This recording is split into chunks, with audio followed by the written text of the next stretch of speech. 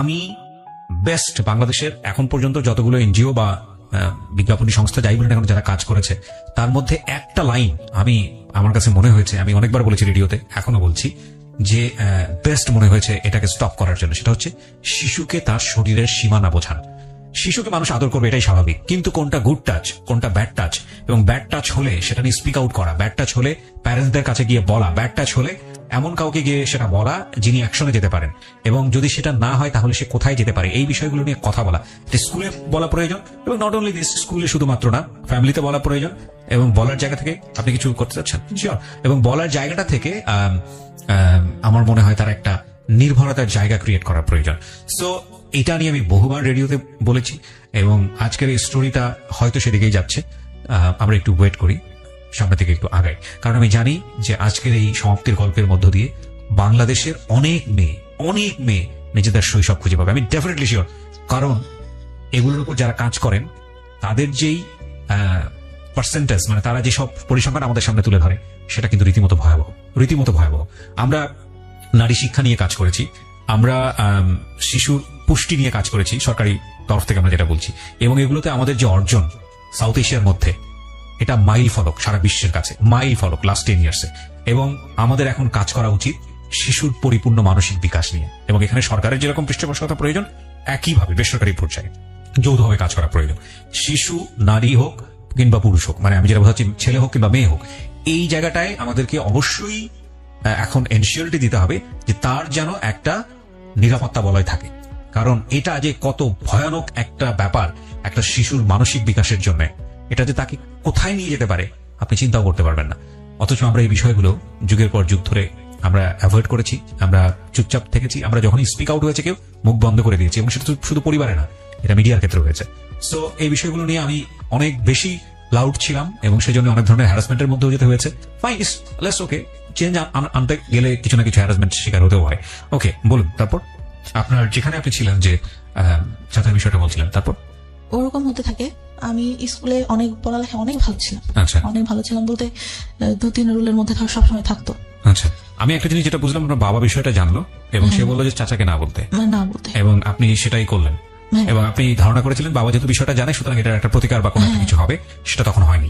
ওকে, তারপর পড়ালেখা অনেক ভালো থাকে, কিন্তু যখন মানে বুঝতে শিখলাম তখন পড়ালেখা থেকে মানে আমি কেমন যেন হয়ে যাই, মানে পড়ি কিন্তু আমি মানে সেরকম করে পড়ালেখা হচ্ছে না। আচ্ছা, মানে কনসেন্ট্রেশন যায় না, নাকি আগ্রহ থাকে না, কোন কোথায় সমস্যা?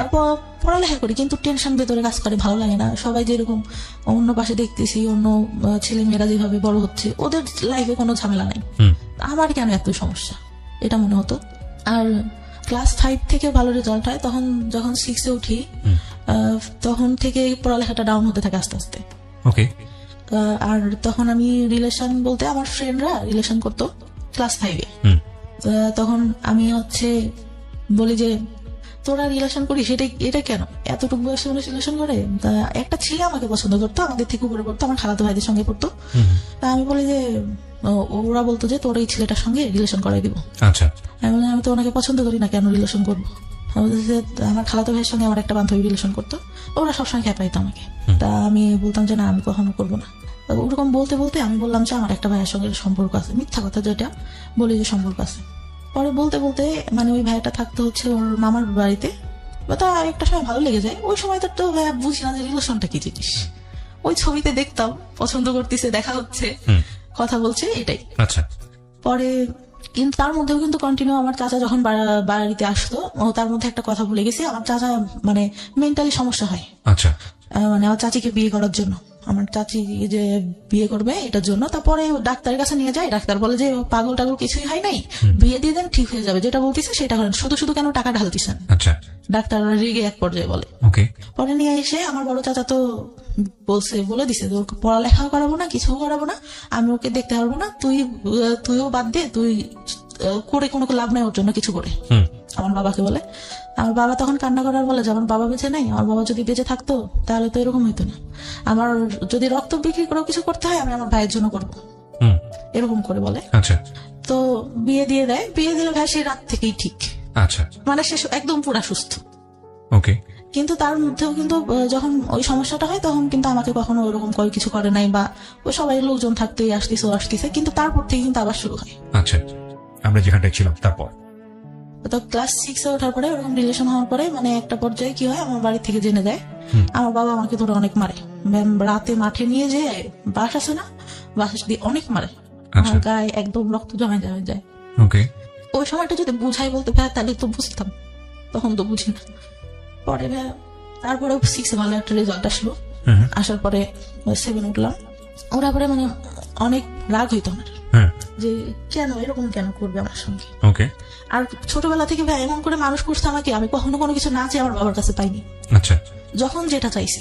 পরে কি হয়, যখন একটু মানে 8 উঠলাম, জেএসসি তে অনেক খারাপ রেজাল্ট হবে, জেএসসি তে রেজাল্ট খারাপ হলো। তো তারপর থেকে যে রিলেশন করতাম, ওটা থেকে আমার বাবার একটু রাগ। আর বাবার কথা কি বলবো, মানে বাবা তো বাবাই, জন্ম দিচ্ছে, জন্ম মা বাবাই হয়। তো তখন থেকে মার তো আমার একটা ছেলের সাথে সম্পর্ক হয়। আমার মামা থাকে একটা, তিনি ডাক্তার ছিলেন, তার বোন, মানে দূর সম্পর্কে। আমার মা আর বাবার বাসা কাছাকাছি।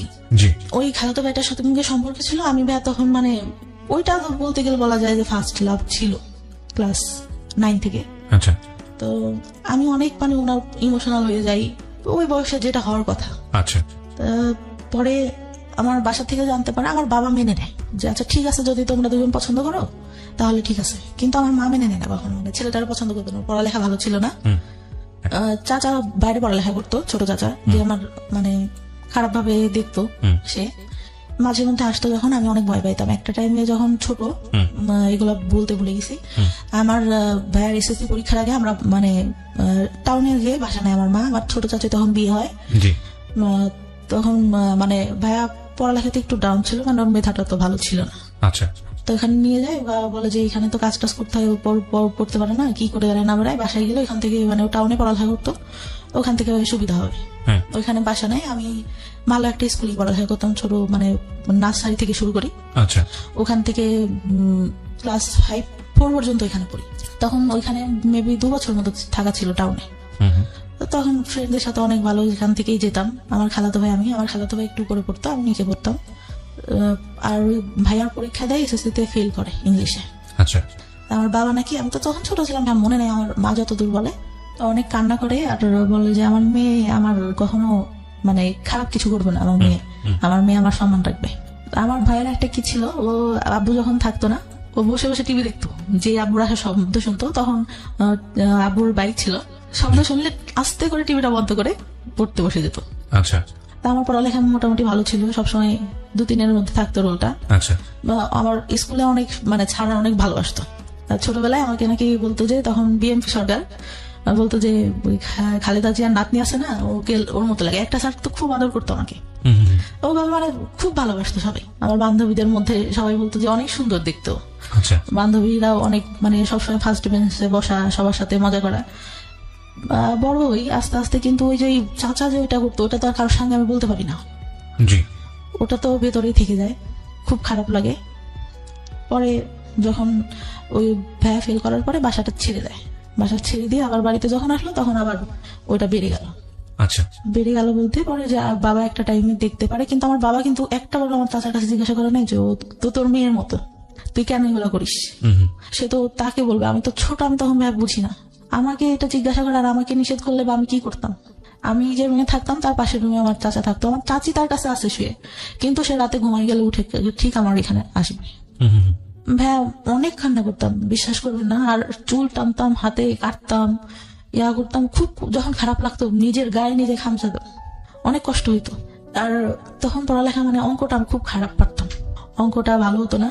আমার চাচা পড়াইতে বসানোর মধ্যে আমার মা তো ভাবতেছে তখন আমি পড়াচ্ছি, পড়তে বসা মানে সবসময় হাত গায়ে দিতেই থাকতো। আপনার চাচা? জি।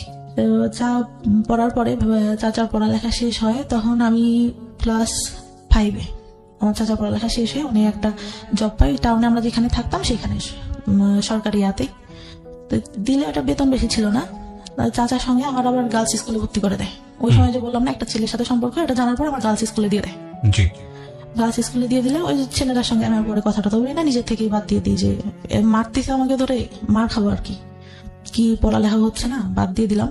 পরে 6-এ ওইখানে আমার চাচাই সঙ্গে করে নিয়ে যেত।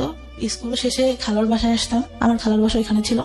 আসলে দেখা যেত আমার চাচার অফিস বিকালে শেষ হইতো, যাইতে যাইতে দেখা গেছে বাড়ি যাইতে তখন ইটের রাস্তা ছিল, দেখা গেছে যে 20-25 মিনিট লেগে যেত আমার বাড়ি যেতে। অন্ধকার হয়ে গেলে সে গাড়িতে বসে দেখা যেত আমার গায়ে হাত দিচ্ছে। মানে কন্টিনিউ একটা ভয়ঙ্কর রকমের একটা মানুষ আপনাকে, মানে আপনার কাছ থেকে এরকমই মুক্ত হওয়ার কথা। যে মানুষটাকে আমি এত বেশি অপছন্দ করি, সেই মানুষটা আমার পাশে বসে কন্টিনিউয়াসলি এটা করছে, এবং আপনি সেটাকে মুখ বন্ধ করে মানে একজনের সাই ফিল হোক বা যেটা কারণেই হোক, আপনি কাউকে স্পিক আউট করছেন না, কাউকে বলছেন না। কাউকে না, আচ্ছা, কাউকে না। ক্লাস 9 থেকে এটা অনেকের মানে কিছু কিছু কেউ কেউ জানে, তার আগ পর্যন্ত আমি কাউকে কিছু বলিনি, ওকে, কাউকে না। পরে ওইভাবে যেতে থাকলাম, একটা বছর গার্লস স্কুলে পড়া হয় আমার চাচা। তারপর ওইখান থেকে চাকরিটা ছেড়ে দিয়ে মানে বেতন কম ছিল দেখে সুগার মিলে চাকরি নেয়, তখন সে ওইখানে চলে যায়। আচ্ছা, তারপরে ওইখানে গিয়ে আমার চাচিকেও নিয়ে যায়। পরে তো ওইখান থেকে ভাইয়া বাঁচলাম, আচ্ছা, মনে হলো যে না। কিন্তু আমি যে রিলেশন করতাম আমার মনে হতো যে ভাইয়া, আমি এখান থেকে বেরোতে পারলে বাঁচি। এই ছেলেটার সঙ্গে রিলেশন করতেছি, ও যদি আমাকে নিয়ে যায় আমার তো এখানে থাকতে হবে না। সবসময় এটা মনে হতো যে আমি এই ফ্যামিলিতে কেন থাকবো। আচ্ছা, আর আমি ভাবতাম যে এরকম ফ্যামিলি মানুষের হয়। আরো তো আশেপাশে আমার বান্ধবীরা আছে, ওরাও তো কত ভালো, কতই। খুব খারাপ লাগতো। আর একটাই আমার বাবা ছোটবেলায় স্কুলে যাইতাম, ফার্স্টে হয়তো দিত, তখন 2 টাকা 5 টাকা অনেক কিছু পাওয়া যাইতো ভাইয়া।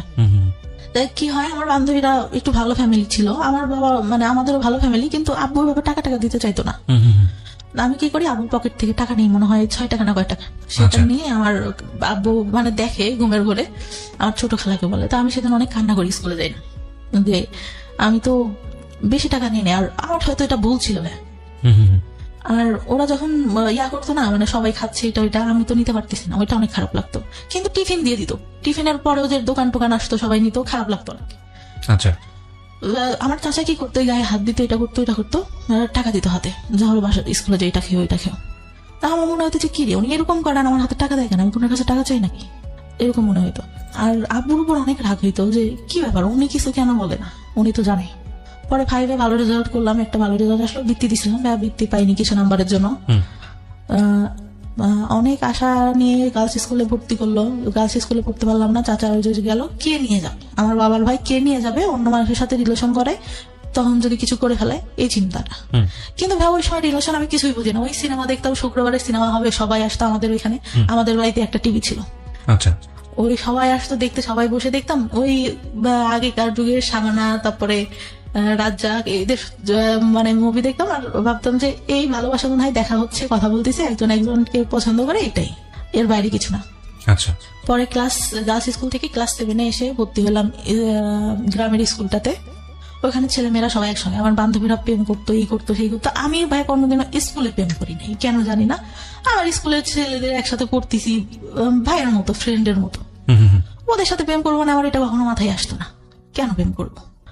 বাইরে পরে ওই আমার ক্লাস 7 যায়, আমার চাচা মাঝে মধ্যে যখন বাড়িতে আসতো ছুটিতে, আবার দেখা গেছে ওই চিনি মিলে চাকরি পাওয়ার পর ওনাদের তো কোয়ার্টার দেয়, ওইখানে যেতাম। অনেক সুন্দর ছিল ভাই কোয়ার্টার, যাইতাম, অনেক ভালো লাগতো দেখতে, অনেক গোলাপ ফুল। আমি ছোটবেলা থেকে ফুল অনেক পছন্দ করি, ফুল গাছ নিজে এনে এনে লাগাতাম। ওই 5-6 টাকা দিয়ে ফুল গাছ কিনতে পাওয়া যেত, ওইগুলো এনে লাগাতাম, অনেক পছন্দ করতাম। ওইখানে গেলে অনেক ভালো লাগতো আমার, অনেক ফুল, গোলাপ ফুল ধরে ধরে আসে, অনেক কালারের, এই ফুল ওই ফুল, অনেক ভালো লাগতো। কিন্তু ভাইয়ার কি হইতো, দেখা গেছে আমার চাচি গোসলে ঢুকছে বা আম্মু নাই, ওই সুযোগে আমার চাচা এসে হঠাৎ করে হাত দিবে। তখন তো একটু বড় হয়েছি, আমার ফার্স্ট পিরিয়ড হয় ভাইয়া 6 না হলে 7 থেকে। অত তাড়াতাড়ি পিরিয়ড, মানে আমি তখন ভাই প্যান্ট পরি, স্কুলে গেছি, স্কুল থেকে আসছি, আম্মু আমার প্যান্ট দেখে বলে এটা কি তোর। আমি বললাম এটা কি, আমাদের তখন হচ্ছে আমার মানে জমি আছে আমার বাবার অনেক। তা আমি বলি যে ওই কাকুটা মনে হয় মোবাইল দিয়ে হাত মুছছে, এটা। তখন বললেন যে না, এটা এরকম না। আমার চাচি, আমার মাও কিন্তু অতটা ফ্রি না, আমার মা আমাকে কিছুই বলে না, আমার ছোট চাচিকে বলে যে ওর এটা হয়েছে, তুই ওকে শিখাই। আমি মানে তখন মানে ন্যাকড়া ইউজ করে, ওটা আমি বুঝতাম না ভাই কিভাবে, আমার দেখা দিয়েছে কিন্তু আমি ওটা বুঝি না। আচ্ছা, তখন জানতে পারলাম যে প্যাড ইউজ করে। ওটা যদি আম্মুকে বলতো, আম্মু যদি আব্বুকে বলতো, আব্বু বলতো দুনিয়ার লোক ন্যাকড়া ইউজ করে, তোমার মেয়ে প্যাড লাগে, এটা বাবা বলতো। হ্যাঁ, ভেরি ব্যাড, ওকে, প্রিটি ব্যাড, মানে নাথিং টু সে। ওকে, বলেন তারপরে কি হয়েছে। পরে ভাই আমি মানে কাপড়টা নষ্ট করে ফেলতো, মানে you don't know how to manage it. না বুঝতে। বিষয়গুলো আসলে খুব সেন্সিটিভ, মানে আমাদের সমাজে এগুলো নিয়ে কথা বলাটাও অন্যায়, কিন্তু এগুলো একটা মানুষের জীবন আচরণের সঙ্গে জড়িত। এবং একটা মানুষকে যদি আমরা সুস্থভাবে বড় করতে চাই, তাহলে তার যে বেসিক নিডগুলো, এই নিডগুলোকে আমাদের সাপোর্ট দেওয়া উচিত। একটা মেয়ে শুধুমাত্রই লেখাপড়া শিখে নারীর শিক্ষা, নারীর অধিকার, অমুক ঠুমুক এগুলো নিয়েই শুধুমাত্র একজন নারী না। নারী জন্মগতভাবে একজন পুরুষের চেয়ে আলাদা, সুতরাং তার আলাদা কিছু সাপোর্ট দরকার হয় এবং সেটা ফ্যামিলি থেকেই শুরু হওয়াটা জরুরি। দেখুন, উনি যে বিষয়গুলো নিয়ে কথা বলছেন, এগুলো নিয়ে আমাদের সমাজে খুব একটা কথাবার্তা হয় না, এগুলোকে আমরা ট্যাবু মনে করি, এগুলো নিয়ে আমরা কথাবার্তা হই না। অথচ আমাদের ধর্মে এত সুন্দরভাবে বিষয়গুলো ব্যাখ্যা করা আছে, এত ইন ডিটেইলি ব্যাখ্যা করা আছে, অথচ এগুলো নিয়ে আমরা কথা বলার প্রয়োজন মনে করি না। এবং এগুলো নিয়ে কথা বলা উচিত এই কারণে যে এগুলো একটা মানুষের বেসিক নিড, স্বাস্থ্যের সঙ্গে জড়িত, একটা মানুষের প্রপারলি বড় হওয়ার সঙ্গে জড়িত, এবং এগুলো নিয়ে খুব সুন্দরভাবে বোঝানো উচিত। হ্যাঁ, উনি যখন বলছেন তখন উনি চোখ মুছছেন, কারণ আমি জানি যে এটার মধ্যে আসলে অনেক বড় একটা কষ্ট জড়িয়ে আছে। এগুলো প্রয়োজনীয় জিনিস। হ্যাঁ, ওকে, একটু আমরা সামনের দিকে আগাই। আপনি যখন এই বিষয়গুলো ফ্যামিলিতে বলতেন, বিষয়গুলো সামহাও হাইড করা হতো বা আপনার যে পরিমাণ এক্সপেক্ট করতেন, মানে আম্মু বলে দিছে। আপনাকে কখনো অপরাধী মনে হতো যে এই জিনিসটা যে হলো, আরে না জানি কত বড় অপরাধী আমার কাছে মনে হতো, কারণ আমার মা বলে দিছে কাউকে বলা যাবে না এগুলা। হ্যাঁ, এগুলা কাউকে বলা যাবে না। হয়েছে এতটুকু বয়সে এটা হয় নাকি? আমি কি করবো? এটাকে আমি ইচ্ছা করে হয়েছে। দেখেন কত ইম্পর্টেন্ট একটা বিষয়। উনি এখানেই কিন্তু একটা ভয়ঙ্কর রকমের একটা মানসিক বাধাগ্রস্ত হলো, ও নিজেকে অপরাধী ভাবা শুরু করেছে, এবং এটা তো সম্পূর্ণই ন্যাচারাল একটা বিষয়। এবং সেখানে মা যদি ধরনের কথা বলেন, মাও হয়তো বুঝে বলেননি, কারণ মা হয়তো তার মার কাছ থেকে এটা শুনেছেন। বংশ পরম্পরায় এই ধরনের ভুল শিক্ষা আমরা ক্যারি করে বেড়াচ্ছি, এবং এই সময়টাতে এই যে কথাটা, এটা হয়তো উনি কোনো কিছু মনে করেই বলেননি, কিন্তু এটা যে শিশুর মানসিক বিকাশের ক্ষেত্রে অনেক বড় একটা বাধা হতে পারে, এটা কিন্তু আমাদের মাথায় রাখতে হবে, এবং এই ব্যবহারগুলো করা যাবে না শিশুর সঙ্গে। হ্যাঁ, বলুন। তারপর আমার চাচিকে বলে, আমার চাচি কি করে, সারা এলাকা ধরে এর কাছে যে গল্প করে, ওর কাছে যে গল্প করে, সবার কাছে ছাড়াই এই বিষয়গুলো নিয়ে। আচ্ছা, পরে কি হয়, মানে কেউ দেখলে আমার দেখলে হাসে, আমার তো ওইটা অনেক খারাপ লাগে, কেন হাসতেছে বা এটা কেন। পরে আমরা 3টা বান্ধবী ছিলাম। বান্ধবী বলতে একটা ছিল আমার থেকে বয়সে 2 বছরের বড় হবে, কিন্তু একসঙ্গে পড়তো, পড়ালেখাটা তো ভালো ছিল না। 3জন একসাথে বেড়াতাম। আমার পাশে আর একটা চাচা ছিল, সে আবার কি করতো, আমাদের 3জনকে দেখে এরকম 3জনের সঙ্গে। আমার খারাপ লাগতো, কি ব্যাপার, আমার সঙ্গেই কেন এরকম হচ্ছে, আমি কেন। আর আমি ছোটবেলা থেকে যেরকম দেখতেছি অতটাই আছিলাম না, কিন্তু লম্বা হাইটে যারা 2-3 বছরের বড় তাদের থেকে লম্বা টম্বা ছিলাম, ছিলাম। তো ওরা মানে আমার দিকে সবার নজর, কেন জানি না। আর মানে সবাই বলে যে বড় হওয়ার পরে যতটুকু জানছি, আমার যদি বললাম শেষে লাস্ট যে বয়ফ্রেন্ডের সাথে সম্পর্ক ছিল, আমাদের গোষ্ঠী আর ওদের গোষ্ঠী আলাদা, একই এলাকাতে। ওরা বলা বলি করতো যে তোমাদের গোষ্ঠীর মানে লোকদের ইয়াটাই খারাপ, সবাই একই রকম। মানে এটা সত্যি কথা দেয় প্রত্যেকটা লোক, মানে যতদূর জানি, এখন যতদূর জানছি। পাশের একটা চাচা, আমার দাদারা ছিল 3 ভাই, তার ছেলে, বড় দাদার যে ছেলেগুলা, ঠিক আছে, বলা বলি করতে হবে, আপনি এত ইনডিটেইলি জানেন না, হয়তো বিষয়গুলো নিয়ে আমরা খারাপ ছিল, এই সম্পর্কে লোকজন আজে বাজে কথা বলতো, এটুকুই এনাফ। ওকে, তারপর মানে বলতো গোষ্ঠীটাই ভালো না, গোষ্ঠীর লোকজনই ভালো না, এরকম বলতো। তারপর ওরকম হওয়ার পরে আমার যখন ওইরকম হলো, পরে আমি তো খেললে যদি চাচাকে দেখতাম, ভয় দিতে ওইখান থেকে সরে যেতাম। আচ্ছা, যে কি করবে, আবার ডাকবে কিনা। আচ্ছা, সবাই গাছ উঠতে পারতো, আমি গাছ উঠতে পারতাম না, আমার খুব আফসোস লাগতো। ছোট একটা গাছ ছিল, এটা উঠতে পারতাম, তাছাড়া উঠতে পারতাম না। আর সবাই মানে আমাদের ফ্যামিলিটা যেহেতু সব ইয়ার থেকে একটু ভালো ছিল, সবাই আমাদের এখানে আসতো। আর আমার বাবা এইটা ওইটা কিনে দিত, খাইতাম। তা সবাই ওইটার জন্য আসতো, মানে আমাকে সবাই খেলবে। আর এত বোকা ছিলাম, হ্যাঁ বিশ্বাস করবেন না, ভালোটা সবাইকে দিয়ে দিতাম, নিজে না খেয়ে। এখন পর্যন্ত এই অভ্যাস আছে। যখন 6 থেকে গার্লস স্কুল থেকে 7 আবার এখানে এসে ভর্তি হলাম, বান্ধবীরা প্রেম করে, এই করে সেই করে, আমার খুব খারাপ লাগে। স্কুলে কেন এটা করবো, আবার সারা দেখা যাচ্ছে এটা নিয়ে খারাপ কথা বলতেছে, তো খারাপ লাগে। তারপরে আমি স্কুলে যাই, যখন পিরিয়ড হইতো তখন স্কুলে যাইতাম না ভাইয়া, কারণ আমি ক্যারি করতে পারি না, ওটা আমি কাপড় নোংরা করে ফেলতেছি। আচ্ছা, এই সময় আপনার মা আপনাকে কোনো সাপোর্ট দিত না? মা টাকা পাবে কোত্থেকে? মা ওই যে হাঁস মুরগি একটু বলতো, ওইটা দিয়ে দেখা গেছে, এইটা ওইটা করতেছে সংসারে। আমার বাবা কেমন ছিল, এই বাজার করতেছে, এই করতেছে, লোকজন আসতেছে, মুড়ি কেনা কিনতেছে, কিন্তু সংসারে কি দরকার হইলো, ওটা নিয়ে তোর কোনো মাথা ব্যথা নেই, এরকম। আমি কথা না বাড়িয়ে কেস্টের কাছে আবারও ফিরতে চাই।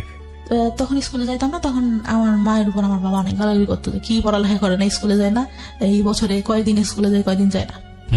পরে তখনও ভালো রেজাল্ট আসতে হয়, কিন্তু যখন চাচা ওই যে চাকরি পাইলো আসতো, তখন ওই যে গায়ে হাত টাত দিত, তখন তো একটু বড়, যখন পিরিয়ড হয় তারপর থেকে তো বুঝি, অনেক কিছুই বুঝি, শুনি, বান্ধবীরাও বলে, আবার বড় যে আপুগুলা ছিল ওরাও বলে।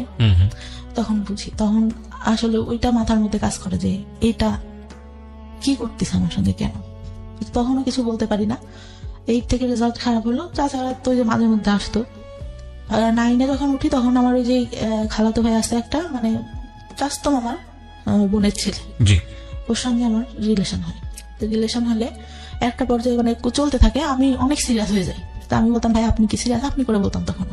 তা বলতো সিরিয়াস ছিলাম না, এখন হই। তা আমার মানে অনেকের কাছে আমি নাম্বার দিই, আমার বড় আপুরা যারা ছিল বলতাম যে পরিচয় না দিয়ে কথা বলবা, দেখবা যে আসলে আমাদের ভালোবাসে না, তোমাদের সাথে কথা বলতে চাই। ভাই কি করতো, ওরা যেই ফোন দিত ও কথা বলে দেখা করার জন্য পাগল হয়ে যেত, আচ্ছা। যে আমি তোমার একবার দেখবো, তুমি এখানে দেখা করো। পরে বয়ফ্রেন্ডের যখন দেখলাম যে উনি আমার প্রতি সিরিয়াস না, অনেক মেয়ের সঙ্গেই কথা বলে, এর সাথে সম্পর্ক করতেছে, ওর সাথে যে ফোন দেয় তার সঙ্গেই, একটা পর্যায়ে আমি কি করলাম, নিজে থেকে বাদ দিয়ে দিলাম। ভাই বাদ দেওয়ার পরে কিন্তু এতটা মানে করি, আমি ঘুমের ওষুধ খাইতাম, আমার ঘুম আসতো না, ঘুমের ওষুধ খাইতাম। আর খুব খারাপ লাগতো। তার মধ্যে আমার যে মা আছে, আমাদের চাচা আসতো। তা কি হয়, একটা বার আমার মা বলে যে তুই ওর সাথে সম্পর্ক করিস, আমি তো বলছি যে তুই ওর সাথে কথা বলার দরকার নেই। আমার দাদির ফোন ছিল, দাদির ফোন দিয়ে কথা বলতাম। পরে আমি কি করি বলো, তোর বাবার কাছে বলবো। বাবা তো জানতো, কিন্তু মানে কি বলবে, আমি অনেক ভয় পেয়ে যাই। আচ্ছা। ভয় পেয়ে যায় যে আমার চাচা এরকম এরকম, এইটাই তো কিছু বলে না, আবার এইটা নিয়ে দেখা গেলো কি বলবে। আমার মায়ের আবার একটা সমস্যা ছিল, কিছু বললে আমার বাবাকে বলতো। আচ্ছা। আমি একবারে ভাই 40টা ঘুমের ওষুধ খাই ওই ক্লাস 9-এ থাকা অবস্থায়। ক্লাস 9-এ থাকা অবস্থায়।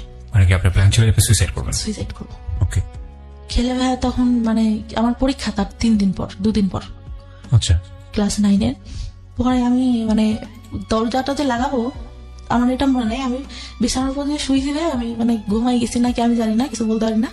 পরে নাকি যতদূর শুনছি, আমার যতদূর আমাদের এই কাজের ছেলেটা আমি যতদূর বলছে, আমার বাবা উঠাই নিয়ে আসে। শুধু আমার মনে আছে আমার বাবা আমাকে মারছে, এতটুকু মনে আছে, যে অনেকগুলা থাপ্পড় মারে আমার মুখে। ওকে। মানে ঘুমের মধ্যে আমার শুধু অতটুকুই স্মরণ আছে। আমি নাকি অনেক বমি করি ভাই, আচ্ছা। বমি করি। আমার 4-5 দিন পর্যন্ত কোনো ইয়া ছিল না, আমি জামাটা চেঞ্জ করবো এটাও করতে পারতাম না। গোসল খাওয়া সব আমার দাদি ধরে করাইতো। পরে আমার বয়ফ্রেন্ডটার সাথে ইয়া হয়ে যাওয়ার পর ক্লাস 10-এ যখন উঠলাম, আমি 9 থেকে অঙ্কে অনেক খারাপ রেজাল্ট করি।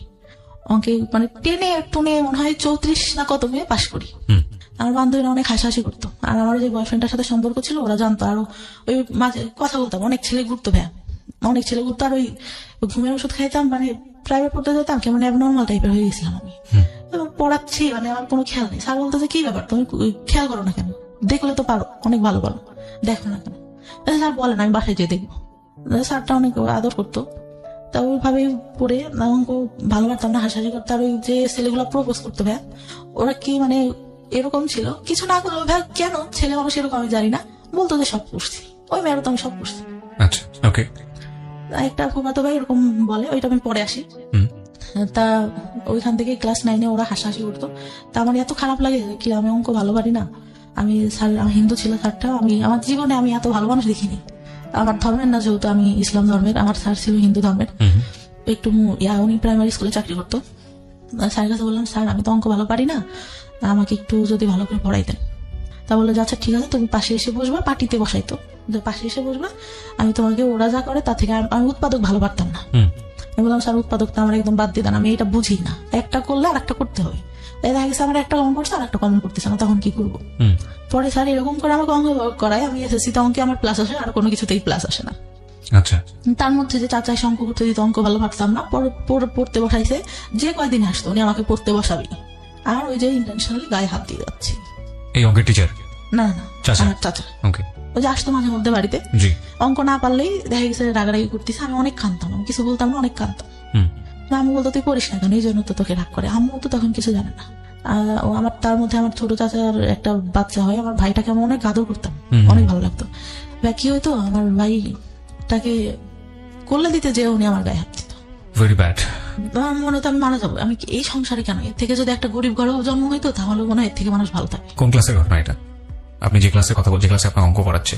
নাই। তখন পর্যন্ত আপনি মার সঙ্গে কেন বলছেন না এগুলো? আমি তখনও ভাইয়াকে মাকে বলতে হবে, এটা কিভাবে নিবে। সে আমাকে বলে দিছে যে এইগুলা কাউকে, পিরিয়ডের কথাই বলেছে, কাউকে বলতে হয় না। এইটা বললে কি বলবে, ওকে, এটা বললে কি বলবে। তার মধ্যে কি আমার চাচাদের জমি জাতিটা অনেক মানে একটু ঝামেলা হয়। ছোট চাচাটাই সবসময় বেশিরভাগ ঝামেলা করে। বড় চাচাটা অনেক ভালো, মানে বিসিএস ক্যাডার, প্রভাষক, এখন অনেক ভালো, মানে চাচা ছোটবেলা থেকে অনেক ঈদে প্রত্যেকবার জামা কিনে দেবে, আর আমাকে বলতো আমার হলুদ পরি। আমাকে তার ছোট বড় চাচা বলতো, আমার বড় চাচা বড় চাচা। আচ্ছা। অনেক আদর করতো। আমি চিন্তা করতাম চলে যাবো, কিন্তু তখন চিন্তা করতাম যে আমার ভাই, আমার সবাই অনেক ভালোবাসে, আমি চলে গেলে তো মান সম্মান থাকবে না, আর নাম ডাক আছে যেহেতু ফ্যামিলির একটা। এসএসসি পরীক্ষার আগে আমি সম্পূর্ণ সবার সঙ্গে কথা বলা বন্ধ করে দিই, যে আমার এমনিতে অঙ্কেটে ভালো পারি না, আমি কারোর সঙ্গে কথাটা বলবো না, আমি পরীক্ষাটা ভালো মতো দিই। তো পরীক্ষাটা দিই, পরীক্ষা দেওয়ার পরে আসলো এই কোন রকমে মানে পাশ করলাম, ভালো মোটামুটি একটা রেজাল্ট আসলো। আসার পরে আমি মানে বাইরে ভর্তি হওয়ার ইচ্ছা আমার অনেক। তা টাউনে সরকারি মহিলা কলেজে আমার সব মানে ইয়াটিয়া দিলাম, চান্স হইলো এখানে, কিন্তু আমার আব্বা ভর্তি করলো না। কেন করলো না? যে ওই ছেলের সঙ্গে সম্পর্ক আছে, যদি ওইখানে যেয়ে দেখা টেকা করে, এই জন্য। হয়তো তার জায়গা থেকে এটা ঠিক ছিল, কারণ আমি করবো না এর গ্যারান্টি কি আমার, আমি নিজে থেকেই বলতেছি। পরে ভর্তি করলো না, ওইখানে একটা স্কুল কলেজে ভর্তি করলো। এমনিতে মানে আমাদের ওইখান থেকে একটু টাউনে যে কলেজটা ছিল, যেতে 30 মিনিট মতো লাগতো। তো ওইখানে আমার বাবার যে ফ্রেন্ডের ছেলেটা আবার ওইখানে কলেজে কিভাবে যেন খোঁজ পায় আমাকে, মানে ওই ছেলেটার আবার কি হয় ভাই বলতে ভুলে গেছি। আমার এসএসসি পরীক্ষার পর আমার ফুপুর বাসায় আমি বেড়াইতে যাই। আচ্ছা। গেলে তা ও সোনা তো আমাদের বাসা থেকে আগের থেকে আসে, দেখা গেছে একটা অকেশন হলে একটু অনুষ্ঠান হলে আসে, আঙ্কেল আসে, আঙ্কেলের ছেলে আসে। তা আসলে পরে ওরা বলে যে জানো আমাদের সঙ্গে পরে এই আপুটার সঙ্গে এই ভাইয়াটার সম্পর্ক আছে। আমি কি বলিস, ও তো আমার দিকে একটু এরকম এরকম তাকে, আমি তো বুঝি। আমার ফুফাতো ভাই বলে যে না সত্যি কথা, অনেক ভালো সম্পর্ক, আর ওরা অনেক ভালোবাসে আপুটাকে, আপু অনেক ভালোবাসে। আমি বলছি আচ্ছা আজকের দিনের মধ্যে যদি আমি ওর সাথে সম্পর্ক করে দেখাইতে পারি, একটা বাজাবাজি ধরনেরই। তারপরে আর কি করি, আমার ফুফাতো ভাই ফোন দেয়, আমি ওর সঙ্গে কথা বলি। কথা বলে ঠিক সন্ধ্যার সময় ফোন দিছে, আচ্ছা আমি তোমাকে একটা কথা বলতে চাই সমাপ্তি, তুমি কি আমার কথা যদি হ্যাঁ হয় হ্যাঁ বলবা, নাহলে পরে না বলবা। আমি বলছি জি বলেন। বলতেছে তুমি কি আমাকে লাইক করো? আমি বলছি যে দেখি, চিন্তা করে দেখি। তার রেগে কেটে দেয়। আমি আবার ফোন দিয়ে ওদেরকে ডেকে শোনালাম যে দেখ কি বলে, যে ওই ছেলে মেয়ের সাথে নাকি সম্পর্ক, তাই কি। পরে বলতেছে যে আমি বলতেছি হ্যাঁ পছন্দ করি আপনি, আচ্ছা I think I love you. ও বলে আমাকে আচ্ছা ঠিক আছে আই লাভ ইউ টু, কিন্তু আমি তো মানে ওরকম করে না। তো ওরা যে আবার কি করে, ওই মেয়েটাকে ভাই বলে দেয় যে আপনি যার সাথে সম্পর্ক করেন ওই ছেলেটাতে এই হয়েছে। আমি কিন্তু ওকে আমি বলছি তুই আর কিন্তু বলবেন, একটা মেয়ে কষ্ট পাবে, আমার যতটুকু মানে মাথার মধ্যে আছে ও কষ্ট পাবে শুনলে। যাই হোক ছেলেটা ভালো না, আমি যতটুকু জানতাম।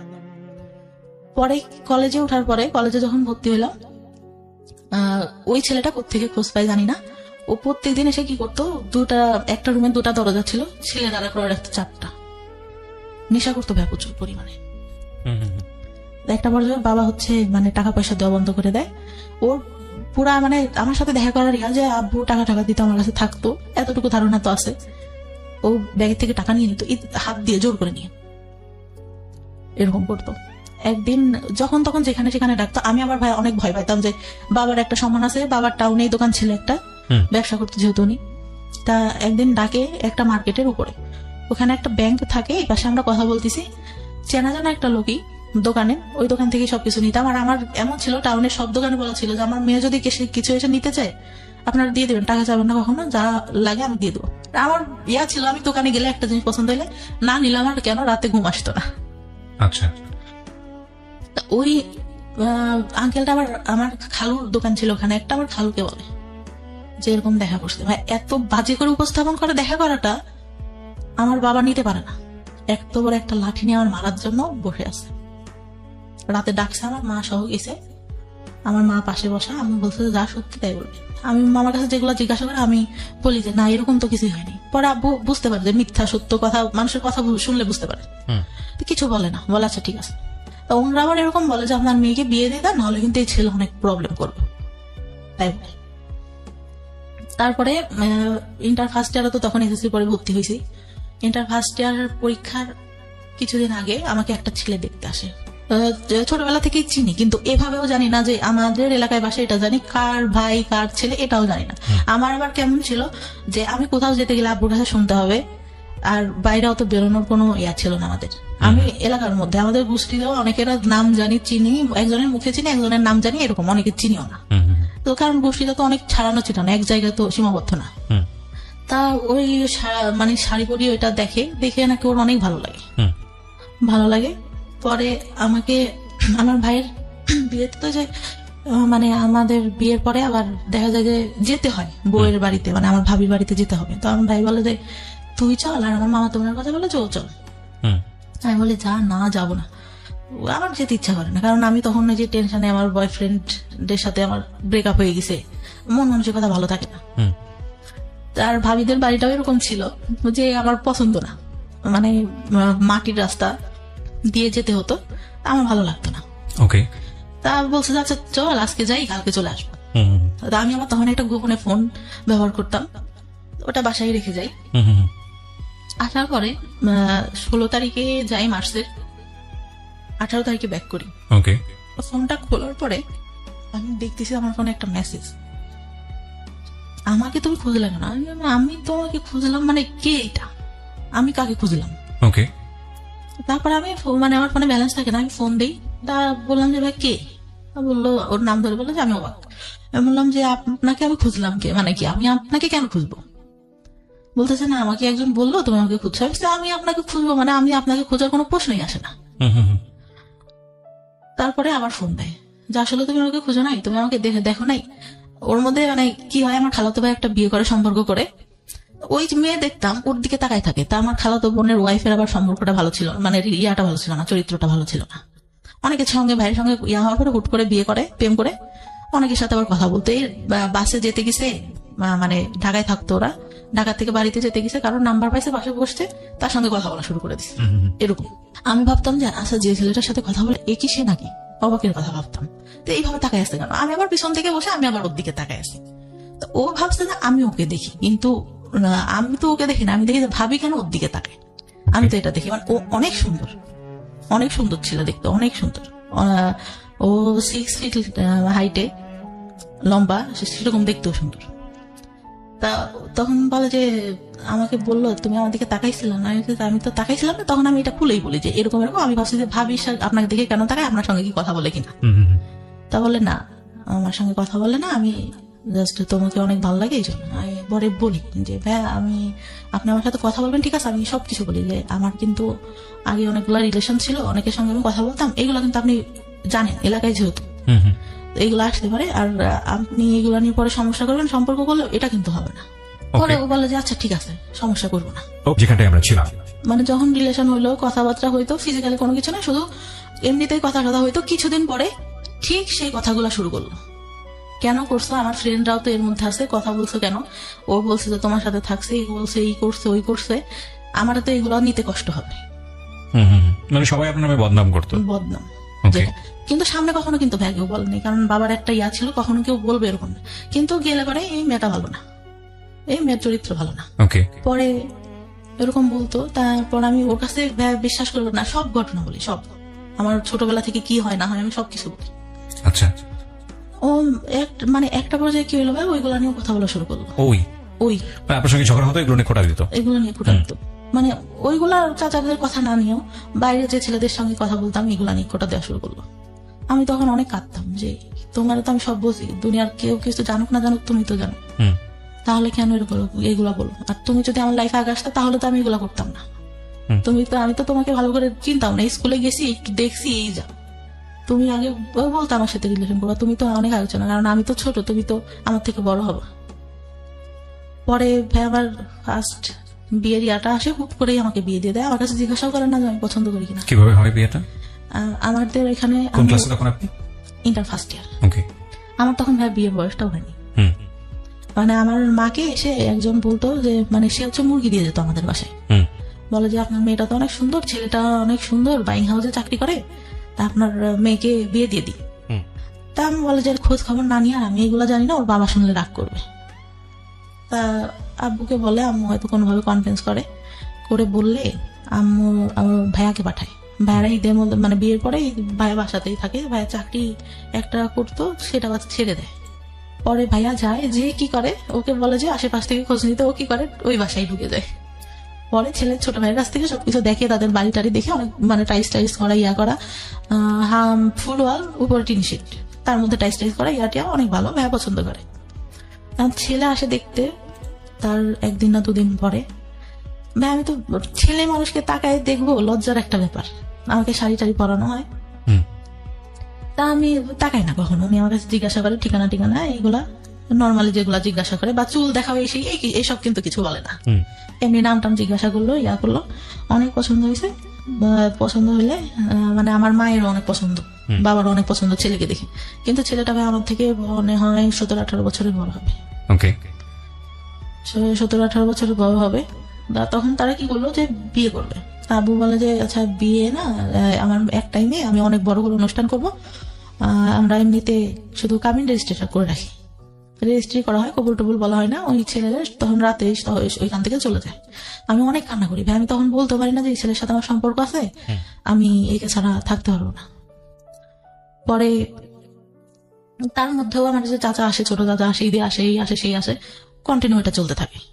আচ্ছা, পরে বিয়ে দেওয়ার পরে হুট করে দিয়ে দিল। আমার সবাই ফোন দিয়ে বললো, আমার বড় চাচা বললো যে কি ব্যাপার, তুই বিয়ে দিলি আমাদের কাছে তো জিজ্ঞাসা করবি। পরে যাওয়ার পরে আব্বু একটা ফোন দিল, ওই কন্টিনিউ কথা হইতো ছেলেটার সঙ্গে। কথা বলার আগে অন্যই যখন চলে যায় তার পরের দিন আমার ফুপুর আসে, সবাই আসে, আমাকে আমি বললাম যে ভাই ছবিটা দেখি ছেলেটার। আমার যখন দেখাইলো আমি শুধু ভাইকে বললাম তোরা কি করলি। মানে এটা বিয়ে হওয়ার পরে গিয়ে আপনি ছবি দেখলেন ছেলেটার? আমি তখন তাকাই দেখিনি ভাই, মানে আমি লজ্জাতে কি তাকাই দেখবো, আমাকে জিজ্ঞাসা করছে, আমি মাথা নিচু করে যতটুকু বলার বলছি। ছেলেটা হাইট টাইট লম্বাটা আমার সুন্দর ছিল, কিন্তু অত বয়সের তো একটা ছাপ মুখের উপর পড়ে। বিয়ে হয়ে যায় এইভাবে। আমি সেদিন আমার যার সাথে সম্পর্ক ছিল ওকে ফোন দিয়ে আমি অনেক কান্না করি। ঈদের পরে বউ বাড়িতেই ছিল, ঢাকায় পড়ালেখা করতো। ও শুধু বলে যে যা হবার হয়ে গেছে, এখন আমি কি করবো। আমি তো মানে আমার ভাইয়ের সাথে ওর আবার অনেক ভালো সম্পর্ক ছিল। আমি তো ভাইকে ফোন দিয়েছিলাম যে ভাই কি করেন। এখন ভাই তো আর আমাদের সম্পর্কের কথা জানে না, হয়তো অনেকের কাছ থেকে শুনতে পারে, তাছাড়া তো আর কিছু জানে না। বললো যে ওকে দেখতে আসছে, হয়তো বিয়ে হয়ে যাবে, আমি বাড়িতে। তা বলতেছে ও নাকি জিজ্ঞাসা করে, আমাকে যতদূর বলে যে খোঁজ খবর নিছেন কি করে ছেলে। হ্যাঁ ভালোই। বলতেছে এরকম হুট করে কি বিয়ে দেওয়া ঠিক, ওনাকে এই কথাটা বলে, আমাকে বলে যতদূর। এখন বলছি কি না দেওয়া আমি সঠিক জানি না। অনেক কান্নাকাটি করি, করলে রাত্রে যে কাবিন রেজিস্ট্রি হওয়ার পর ওরা তো চলে গেল। পরে আমার সাথে কথা হইতো কিন্তু আমি নিতে পারতাম না। পরে মানে যখন কথা টথা হইতো, উনি একটা পর্যায়ে বলে যে আচ্ছা আমাদের তো শুধু কাবিন রেজিস্ট্রি হয়েছে, তুমি ফোনে কবল বলো, আমিও বলি, মানে আমাদের তো তাহলে বিয়ে হয়ে গেল। কে বলছে এটা? মানে আমার যার সঙ্গে কাবিন রেজিস্ট্রি হয়। আচ্ছা আচ্ছা, ওকে। আমি বলতেছি কেন বলবো, যখন কাবিন মানে কবুল বলতে হবে তখন তো বলবোই, তখন তো সবাই থাকবে। ফোনে ফোনে বলে শুধু শুধু কি দরকার, কাবিন রেজিস্ট্রি তো হয়েছি। তো বলতেছে বলো, তাহলে তো আমার স্বামী স্ত্রী হয়ে গেলাম। তো উনি বলে 3 বার বলে, আমি বলি না, মানে আমার মনের মধ্যে যেন কেমন একটা লাগে যে কি ফোনে কেন বলবো। আর যদি বিয়ে না হয়, আমার কেন জানি না মনের মধ্যে বললো যে যদি না হয়। আপনার তো রেজিস্ট্রি হয়ে গেছে। রেজিস্ট্রি হয়ে গেছে, কিন্তু ওই যে ইসলামিক ধর্মে যেভাবে হয় সেটা তো হয়নি। আচ্ছা, কাবিন আমরা তো ধর্মে বুঝে যে মানে কাবিন রেজিস্ট্রি হলে তো বিয়ে হচ্ছে না, আমাদের কবুল বলতে হবে 3 বার, আমাদের হাদিসে যতটুকু বলা আছে। আচ্ছা, ওটা তো হয়নি। যদি না হয়, মানে আমার ওই চিন্তাটা মাথার মধ্যে। আমি তখন স্টিল আমার বয়ফ্রেন্ড লাভ করি। পরে আমার বয়ফ্রেন্ডটা মাঝে মধ্যে ঢাকা থেকে আসতো। তারপরে একটা পর্যায়ে মানে এতটাই হয়ে যায়, ফিজিক্যাল রিলেশন হয় আমাদের মধ্যে। মানে বয়ফ্রেন্ডের সঙ্গে? হ্যাঁ, বয়ফ্রেন্ডের সঙ্গে। ওকে। বয়ফ্রেন্ডের সঙ্গে ফিজিক্যাল রিলেশন হয়। পরে মানে ও কন্টিনিউ আমার বাসায় আসতে থাকে, রাতে আসতে থাকে, এরকম হয়। পরে মানে ফিজিক্যাল রিলেশন হলে আমি মানে ফার্স্ট তার আগে তো বলছি যে একটা বয়ফ্রেন্ডের সঙ্গে হয়। তো ওই টাইমটাতে ও বলতো যে ওই বয়ফ্রেন্ডটার কথাও জানতো যে তুমি এইগুলা করছো। আবার ওই যে বললাম যারা পিছনে ঘুরতো ওরা ওই বাজে কথা বলতো, না করলেও বলতো। তো ওইখান থেকে মানে আমার খুব খারাপ লাগতো যে কি রে, ওর সাথে আমার সব হয়ে গেল, ওরা আমি সব বলছি, তারপরে ও কেন আমাকে এগুলো বলে। পরে আমি একটা পর্যায়ে এরকম কথা বলতাম, আব্বু বলতো যে তোর বিয়ে হয়ে গেছে, ছেলে চাকরি করে, এত কথা তুই কেমনে করিস। আব্বু তো আর জানতো না যে আমি অন্য কারোর সাথে কথা বলি, কিন্তু আব্বু হয়তো আজ করতে পারে একটু, আচ্ছা, যে আমি অন্য কারোর সাথে কথা বলতেছি। পরে আমি তো কিছু বলি না। পরে আমার ফোনে একদিন ফোন আসে, খাচ্ছিলাম, আব্বুরা বসেছিল, হঠাৎ করে আননোন নাম্বার থেকে ফোন দেখে আব্বু বুঝতে পারে যে এইটা তো আমার মানে যার সাথে রেজিস্ট্রি হয় তার নাম্বার না। পরে কিভাবে যেন বুঝতে পারে জানি না। পরে ওই টাইমটাতে আবার কি হয়, একটা ছেলে আমাকে অনেক পছন্দ করতো, আব্বুকে মামা মামা করতো। আচ্ছা। পছন্দ করতো বলতে মানে আমার আব্বুকে ভাঙাই খাই মানুষ বলতে যেরকম ওরকম খাচ্ছে এখন পর্যন্ত, মানে এটা বলতেছে এটা বলতেছে। আমার বাবা আবার তাকে এতটাই ভালোবাসে, এতটাই বিশ্বাস করে, আমার মনে হয় আমাদের থেকে তাকে বেশি ভালোবাসে। আমি বললাম যে ভাই আপনি তো আব্বুকে বলতে পারেন। আমার যখন এটা ফার্স্ট ইয়ার ভর্তি করতে নিয়ে যায় তখন উনি আমাকে বলে বাইকে এটা কি বিয়ের পরের ঘটনা এগুলো আপনার? বিয়ের আগে, আচ্ছা বলতে ভুলে গেছি। আচ্ছা। পরে উনি বলে, আমি বলি যে আপনার মামাকে বললেই তো পারেন, আপনার মামা তো আপনাকে অনেক ভালোবাসে, আমাদের তো তাহলে বিয়ে দিয়ে দেবে। আমার বলার কেস বলতে আমি বলবো কিভাবে, তুই বল। আমি কি এতই বেহায়া যে আমি আমার বাবাকে যে বলবো যে আপনার সাথে বিয়ে দিক? আর আপনি মানে আমি এরকম করেই বলি যে আমি হয়ে দেখতেছি আপনাকে এরকম। আপনার গার্লফ্রেন্ড ছিল আমার ছোট চাচির সঙ্গে পড়তো, ওনার গার্লফ্রেন্ডটা, আপনার গার্লফ্রেন্ড আমার ছোট চাচির সাথে পড়ে। আমি যখন ছোট তখন থেকে দেখতেছি আমি হয়ে আমার বুদ্ধি হওয়ার পর থেকে আপনি এরকম, আপনাকে কেন বিয়ে করবো? তো কথায় কথা বলে তুই তো তাহলে প্রেম করিস না। প্রেম করি না করে এটা কোনো কথা না, আমার মা বাবা যার সাথে দেবে তার সাথে আমি থাকবো। পরে ভাই কি করে, বিয়েটা হওয়ার পরে উনি কি করলো, ওই ভাইয়াটাই মানে কার কাছ থেকে খোঁজ খবর নিতে জানি না, তাদের জমি জায়গা নাই, হ্যান নাই, তেন নেই, এসব বলে বিয়েটা 5 মাসের মাথায় ভেঙে দেয়। আপনার যে রেজিস্ট্রি হয়েছিল সেই বিয়েটা ভেঙে দেয়? ভেঙে দেয়। আচ্ছা। তা আব্বু ওই বয়ফ্রেন্ডটার কথা জানতে পারে এক পর্যায়ে। আমি বলি আব্বুর কাছে বিয়েটা ভাঙার আগে, তা বলে যে তাহলে বিয়েটা ভেঙে দিয়ে ওর সাথেই তোর বিয়ে দিবি, এরকম করে বলে। কিন্তু ভাইয়া কি করলো, বিয়ে ভাঙার পরে ওই ছেলের সঙ্গে আমাকে বিয়ে দেবে না, অন্য জায়গায় বিয়ে দেবে, এই ছেলের সাথেও দেবে। আচ্ছা। আমি আমার বয়ফ্রেন্ডের কাছে বললাম, বয়ফ্রেন্ড তখন কি করতো, পেশায় কি ছিল? কিছুই করে না? পড়ালেখা করতো, আচ্ছা, ইঞ্জিনিয়ারিং করতেছিল। তা ও বলে যে আমি তো চাকরি বাকরি করি না, আর আমার মা মেনে নিবে না, তোমার বিয়ে ভেঙে দিছে, এটা জানলে তো আমার মা নিবেই না। আসলে মা কথাটা ছিল হচ্ছে আমার যতটুকু দরকার ছিল ও তো আমার কাছ থেকে পাইছে, আমাকে কেন বিয়ে করবে, আমার যতটুকু ধারণা এখন বুঝি। পরে আমি অনেক কান্না করতাম যে আমি আব্বুকে বললাম তোমার কথা, তুমি এখন এগুলা কেন বলো? আমার পক্ষে সম্ভব না তোমাকে বিয়ে করা, আর তুমি আমার ফ্রেন্ডদের সাথে কথা বলতা, এইগুলা তোমাকে নিয়ে যখন সংসার করবো তখন মনে করলাম এটা মেনে নিতে পারবো না। আচ্ছা। তাই বলে পরে একটা পর্যায়ে কি হলো, আমি মানে কথা বলাটা আস্তে আস্তে বাদ দিয়ে দিলাম। আর খুব মনে করতো, মাঝে মধ্যে কান্নাকাটি করতাম। ও মানে ভাইয়া অকথ্য ভাষায় আমাকে গালাগালি করতো। আপনার বয়ফ্রেন্ড? হ্যাঁ, এত বাজে বাজে কথায় বকাবকি করতো ভাইয়া, আমি নিতে পারতাম না। অনেক কান্নাকাটি করতাম যে আমি তো তোমার আমার জীবনের এমন কোনো ঘটনা নাই যে বলি নাই, তুমি এগুলো কেন করতেছো? এগুলোর জন্য আসলে একটা ফ্যামিলি এডুকেশন প্রয়োজন হয়। মানে বিয়ের আগে ধরনের অনৈতিক সম্পর্কে না জড়ানো, বা শেয়ারিং এর জায়গা থেকে আসলে কতটুকু শেয়ার করব, যাকে শেয়ার করছি সে আসলে এতটুকু আস্থার জায়গা আছে কিনা। সো এগুলোর জন্য আসলে একটা ফ্যামিলি আন্ডারস্ট্যান্ডিং এর প্রয়োজন হয়, ফ্রেন্ডশিপের প্রয়োজন হয়, এবং একটা ফ্যামিলি আমার রিলেশনের স্কুল প্রয়োজন হয়। জীবনে ভাইয়া একটা বান্ধবী ছিল অনেক ভালো, ও ক্লাস 4 থেকে চলে যায়, তারপর থেকে আমার কোনো ভালো বান্ধবী জীবনে আসেনি। রাইট, আপনি যে ভুলগুলো করেছেন আসলে ভুল করতে করতে শিখেছেন, তার আগে আপনি কেউ বলবে বুঝাবে এরকম কেউ ছিল না। রাইট। তো তারপর কি হলো? পরে একটা পর্যায়ে এরকম বাদ দিতাম, আর আমি মাঝে মধ্যেই ফোন দিলে ওরকম বাজে বাজে কথা বলতো। পরে মানে ওই বিয়েটা ভেঙে গেলে আমি আবার আব্বুকে বললাম যে আচ্ছা যাই হয়েছে হয়েছে, ও তো আমাকে কি করবে না। আর আমি মানে চিন্তা করে দেখলাম, আব্বুকে বললাম যে ও বলতেছে এই কথাগুলা, তার থেকে বিয়ের পরে যদি অশান্তি করে তার থেকে এখন হয়তো বাদ দিয়ে দেওয়াই ভালো। ওই আগে আমার যে কাবিন রেজিস্টার হয় ওই ছেলেটা আবার মানে আমাকে খুব ভালোবাসতো, আর ওর বাবা আমাকে অনেক আদর করতে ভাই, মানে আমার মনে হলো যে আর একটা বাবা পাইছে আমার জীবনে, মনে এত ভালো লোকটা ছিল। মা ছাড়া কথা বলতো না আমার সঙ্গে কখনো, প্রত্যেকটা দিন আমি ফোন না দিলেও সে ফোন দিয়ে কথা বলতো। তা আমি একটা পর্যায়ে বললাম যে এতদিন কথা বলছি, আমার চাচাদের বললাম, আমার ফুফাদের বললাম যে আপনার আব্বুকে দেখেন ম্যানেজ করতে পারেন কিনা ওই ছেলের সঙ্গে আমি কথা বলি। তখনও মানে কামিন রেজিস্টার হয়েছিল ছেলেটার সাথে, ও বলে যে আচ্ছা তোমার বাসা থেকে যদি দেয় আমি তোমাকে নিব, কারণ আমি তোমার অনেক ভালোবেসে ফেলছি। পরে ইয়া করার পরে কি হয়, আব্বু রাজি হইলো যাও, ওদের বাসায় গেল, ছেলে বাসায় নেই। আমার চাচা ফুপা ফোন দেয়, ছেলে ফোন ধরে না। ওর সেদিন ওর ভাবিরা ওর মারা ওনাকে ভালো ব্যবহার করে না, ওর বাবা শুধু ভালো করে কথা বলে। পরে আমার চাচারা এসে বললো যে ওই ছেলে বিয়ে করবে না, হয়তো বিয়ে করতে চেয়ে ভেঙে দিবে এরকম। আচ্ছা। পরে ওই ছেলেটা আবার ফোন দিয়ে চাচাদের বলে আচ্ছা আমি একটু বাইরে ছিলাম এই জন্য ফোন, তুই ফোন ধরতে বাইরে ছিল আমাদের সামনে আসে, ঠিক আছে। একটা কথা কি ভাই, যেটা সত্যি কথা, ওই ছেলেটা অনেক বয়স ছিল, এই জন্য মূলত ও চাচাদের সামনে আসেনি। ও ভাবছে যে এত ছোট মেয়েকে আমি বিয়ে করছি, আমার সাথে হয়তো দেখার পরে দিবে না, এই জন্য সে ভয় সামনেই আসেনি। আচ্ছা। আমি একদিন বিয়ের পরে যখন বিয়েটা ভাঙে নাই তখন বলি যে আপনার বয়স এত বেশি, আপনি আমাকে বিয়ে করলেন, আপনি তো দেখছেন আমি তো তখন তাকাই দেখি না, আপনি তো দেখছিলেন যে আমি তাকাইও দেখি নাই, আপনার কি এটা ঠিক হয়েছে? বলে আসলে এখন বুঝতেছি ঠিক হয় নাই, তারপরে তোমার কি মানে বিয়েটা ভেঙে দিব? হয়েছে না, মেয়েদের জীবনে একবারে আমাদের যে ফ্যামিলি যে স্ট্যাটাস ছোটবেলা থেকে দেখে আসতেছি, একটা মেয়ের বিয়ে ভেঙে গেলে পরে আর ভালো বিয়ে হয় না। ছেলেটা বয়স বেশি হলেও, যেটা সত্যি কথা আমার লাইফে দেখা, শ্রেষ্ঠ মানুষ ছিল, এত ভালো কথা। আর তাকে আমি ফোনে আমার বলা লাগতো না, 1 সপ্তাহ পর পর ফোনে টাকা লুট দিয়ে দিচ্ছে, ফোন দিলে কোনোদিনও ধরতো না, কেটে ব্যাক করতেছে। আচ্ছা, এরকম ছিল। প্রিয় শ্রোতা, আমরা যেখানটায় ছিলাম তারপর পরে কি করলো, আমাদের যেদিন মানে বিয়ের কথা ছিল ওদের ওই দিক থেকে দাওয়াত টাওয়াত সব দেওয়া শেষ, তার মধ্যে তো বিয়েই করে দিয়েছে, কিন্তু আমাদের এদিকে কোনো প্রোগ্রামই না। মূলত আমার বিয়েটা ভাগে আমার বাবা যে ওই ছেলেটার কথা শুনে, আর হচ্ছে ভাইয়ের বিয়ে দেওয়ার পরে আমার বাবার হাতে হয়তো অত টাকা ছিল না, সেই গল্প দিচ্ছে যে আমার একটাই মেয়ে, অনেক বড় করে হ্যান করবো ত্যান করবো, কোনো কিছু করতে পারবো না, এইটা কারণ ছিল। হুম। পরে হুট করে ছোট চাচা নিয়ে আসে, যে আমাকে মানে ছোটবেলা থেকে Continuously physically torture করতো। টর্চার করতো, সে নিয়ে আসে।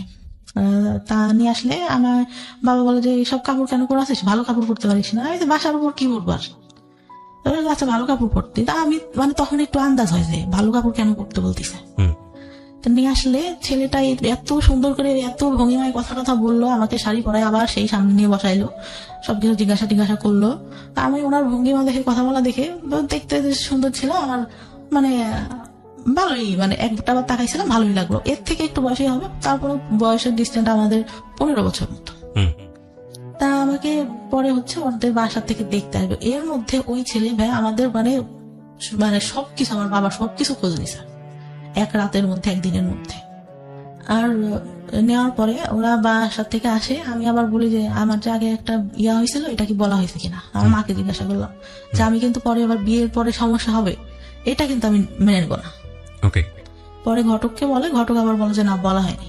তা বলে যে আচ্ছা তাহলে আমার বাবু বলে যে আচ্ছা বলো, যদি বললে যদি করলো করলো, নাইলে নাই, বিয়ে করলে। পরে ভাইয়া বিয়ে দেওয়া, উনি ওনাকে বলছে, উনি সবার কাছে খোঁজ নিয়েছে, কিন্তু সবাই তো জানে যেহেতু ফ্যামিলিটা ভালো, জানে, সবাই বলছে যে না উঠাই নাই, শুধু ওদের কাবিন রেজিস্ট্রি হয়েছিল। ছেলে বিয়ের আগে আসলো, ওদের বাসা থেকে সবাই আসলো, এসে ওর বাবা অনেকে, মানে তারপর ঈদের পরে ছিল, কোরবানি ঈদের পরে মেবি, ওই দুনিয়ার লোক এসে মনে হচ্ছে আমি একটা কার্টুন বসে আছি, আমাকে দেখতেছে। কি দেখতেছে, ছেলের নানা ছিল, আমার চুল ধরে ঘুমটা নামায়, এইটা ওইটা, আমার খুব বিরক্ত লাগছে। কি রে চুল ধরবে, এইটা কি চুল ধরার যুগ নাকি? 2015 সাল ভাই, চিন্তা করে আমার চুল ধরে হাঁটা দেখতেছে, কেমন মেজাজটা গরম হতে পারে তখন। ওকে। আমার খুব মেজাজ খারাপ, আমি রেগে যখন বের করে দেয় আমি আসি, চলে আসি।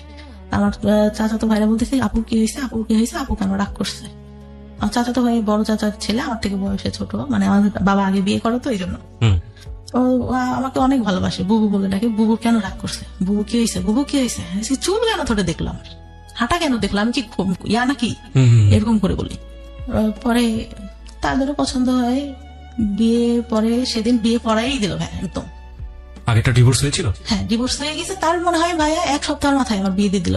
ডিভোর্স হলেও তো 3 মাস সময় লাগে, ওয়েট করতে হয়। হ্যাঁ কি করলো, বিয়ে দিয়ে দিল। আর আব্বুর একটু ক্ষমতা ছিল, বললাম না, একটু পলিটিক্যালি ইয়া ছিল, ওই জন্য কেউ আর কিছু বলে টলে নাই, ইয়া করে নাই। কিন্তু ওই ছেলেরা নেওয়ার জন্য অনেক লোক দিয়ে খবর পাঠাইছে, ত্যান করছে, কিন্তু এদিক থেকে আমাদের এদিক থেকে কোনো কথা ইয়া হয়নি। তা আমি একটা সময় মানে আগের যে ছেলেটা ছিল ওকে বলছিলাম যে তুমি যদি চাও আমি কিন্তু চলে আসবো, কিন্তু সে নাচরবন্ধ অনুষ্ঠান করতে হবে, হ্যান ত্যান এটা সেটা। আবার তাদের চিন্তা ছিল কিছু দেবে না। পরে এর সাথে বিয়ে হয়ে গেল, সেদিন বিয়েটা একদম পড়াই দিল। বিয়েটা পড়াই দেওয়ার পরে ছেলের কথার ভঙ্গিমা এটা সেটা, সে ডিপ্লোমা কমপ্লিট করছে, সে বললো যে আমি বিএসসি কমপ্লিট করছি। মিথ্যা কথাটা পুরাই বললো যে টাউনে জায়গা আছে ওইখানে বাড়ি করবো, এটাও পুরা মিথ্যা কথা। জায়গা কিছুই, মানে এমনিতে গ্রামে জায়গা জমি আল্লাহর রহমতে ভালো আছে, কিন্তু ওইগুলো মিথ্যা কথা। কারণ ওদের যে বাড়ি টাড়ি দেখলে তো বিয়ে দিবে না। আমার চাচা কিন্তু দেখে আসছে ভাই, কিন্তু সে মানে বাড়ি কেমন, এটা কেমন, এটা কেমন কিছুই বলে নাই। বলছে ভাই ছেলে ভালো চাকরি করে, ভালো দেখতে, বাড়ি জমি জায়গা যা আছে অনেক ভালো। বিয়ে হওয়ার পরে তার সাথে উঠাই নাই তখন, এমনিতে বিয়ে হলো, ছেলে থাকলো রাতে, সবকিছু জিজ্ঞাসা করলো যে বিয়ে হয়েছিল, কোনো কিছু হয়েছে কিনা, এটা সেটা। আমি বললাম না, বিয়ের আগেই তো বলছি যে শুধু কথাই হইতো, আর কোনো কিছু না। আর ছেলেটা হয়তো ওরকম ছিল না যে দেখা করবে বা হ্যান ত্যান। পরে সারা রাত গল্প টল্প করলাম, করার পরে মানে ভাইয়া যে বলে না যে মানে হাজবেন্ডের কাছ থেকে একটা ভালো কথা বা ভালো কিছু, সে প্রথম অনেক ভালো কথা বলতো, ভালো ব্যবহার করতো। আমি ফার্স্ট যখন ঢাকায় আসলাম, একা আসলে চাকরি করতো, একটা বাসায় একা থাকতো, তার ফ্রেন্ডের সাথে একটা বিজনেস করতো, এক পাশে হচ্ছে তাদের জিনিস থাকতো, এই কসমেটিক্স এটা সেটা, আর এক পাশেও থাকতো। ইয়ে হয় ভাই, আমাকে একটা ফোন গিফট করে, ফোনটা হারাই যায়। বাস থেকে যখন নামবো গাবতলিতে, আমার ব্যাগে ধাক্কা লাগে বাসের মধ্যে থেকেই। আমি ভাবছি হয়তো সিটে লেগে ধাক্কা লাগছে। তখন আমি বাইরে নেমে দেখি আমার ব্যাগের মধ্যে ফোন নাই, তো নাই, ফোন দেওয়া হচ্ছে, ফোন বন্ধ। তখন বুঝতে পারছে, বাসায় এনে বললো যে আমি অনেক কষ্ট করে সবকিছু করি, এইরকম তা আমি অনেক কান্না করতেছি যে আসলে আমি তো ইচ্ছা করে করিনি। না, আমার আব্বু ফোন দিচ্ছে, কি হয়েছে, ফোন বন্ধ কেন, ফোন হারাই গেছে, ওর সাথে কথা বলেছে। আমি বলছি, না আব্বু রাগারাগি করবো, আমি বলবো না, আমি কথা বলবো না। তা আমি অনেক কান্না করি, কিন্তু ও এইভাবে বলে আমার খুব মানে খারাপ লাগে ভাইয়া, যে আমি তো ইচ্ছা করে ফোনটা হারাই নাই, এইভাবে কেন বলতেছে। আর ওর মানে বিয়ের প্রথমে এত ভালো কথা, আমি ঢাকায় এসে দেখলাম পুরাই উল্টাটা ভাইয়া, পুরা উল্টা, মানে একদম মানে মনে হলো আকাশ থেকে আমি পাতালে পড়ে গেছি, এটা কি। পরে উঠাই নিল মনে হয় প্রায় 6-7 মাস পরে। উঠাই নেওয়ার পরে আমাকে যেরকম মানে ইয়াতে আমি পার্লার থেকে সেজে আসলাম, এই বুটো সে যে এত সুন্দর করে আসলো, সে আমার সাথে এতদিন যে সংসার করতে, সে বিয়ে দিলা, সে এমন ভাব করতেছে যে আমার প্রথম দেখতেছে। আমার খুব বিরক্ত লাগতেছে, আমি বসে বসে খুব ফুল দিছি আগে, কি রে বিয়ে হয়ে গেছে আগের থেকে চেনা জানা, সে এমন একটা ঢং করতেছে যে আমার এই ফার্স্ট দেখলো এটা সেটা। তার মধ্যে আবার ক্যামেরাম্যান এরকম করে তাকাইতে বলতেছে। আমার আবার একটা জিনিস কেউ যদি বলতো বুঝতে পারতাম, একটা বার বললো যে এইটা এরকম না এরকম করো, সে কি বললো, বিয়ে তো প্রথম করতেছি এই জন্য আসলে বুঝি নাই কিভাবে, ক্যামেরাম্যান বলতেছে সে বুঝতেছে না কি করতে হবে, তাকাইতে হবে কিভাবে কি, বিয়ে তো ফার্স্ট করলাম, আগে তো আর একটাও করি নাই, কিভাবে বুঝবো। আমার ওই কথাটা খুব খারাপ লাগে, কি রে এই খোটা দেওয়া শুরু করলো এটা না কেমনে কি। কথায় কথায় এই কথাটা আসতেছিল, অনেকেই হয়তো নোটিস করে, আমি নোটিস করি নাই, বিয়ের পরে ইয়া করি।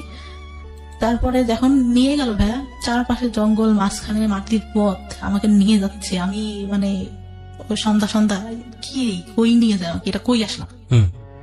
যখন ওদের বাসার সামনে যে নামালো ভাইয়া, আমি পুরা মানে আমি মানুষের বলে না বেশি কষ্টে হাসি পাই, আমি হাসতেছিলাম, কি এটা কি থেকে নিয়ে আসলো, হাফ ওয়াল একটা ফুল ওয়াল 2টা রুম, একটা হাফ ওয়াল টিন শেড, এমন আগেকার যুগের একটা বাড়ি, এতটুকু ঘর, এটা কই আসলাম আমি।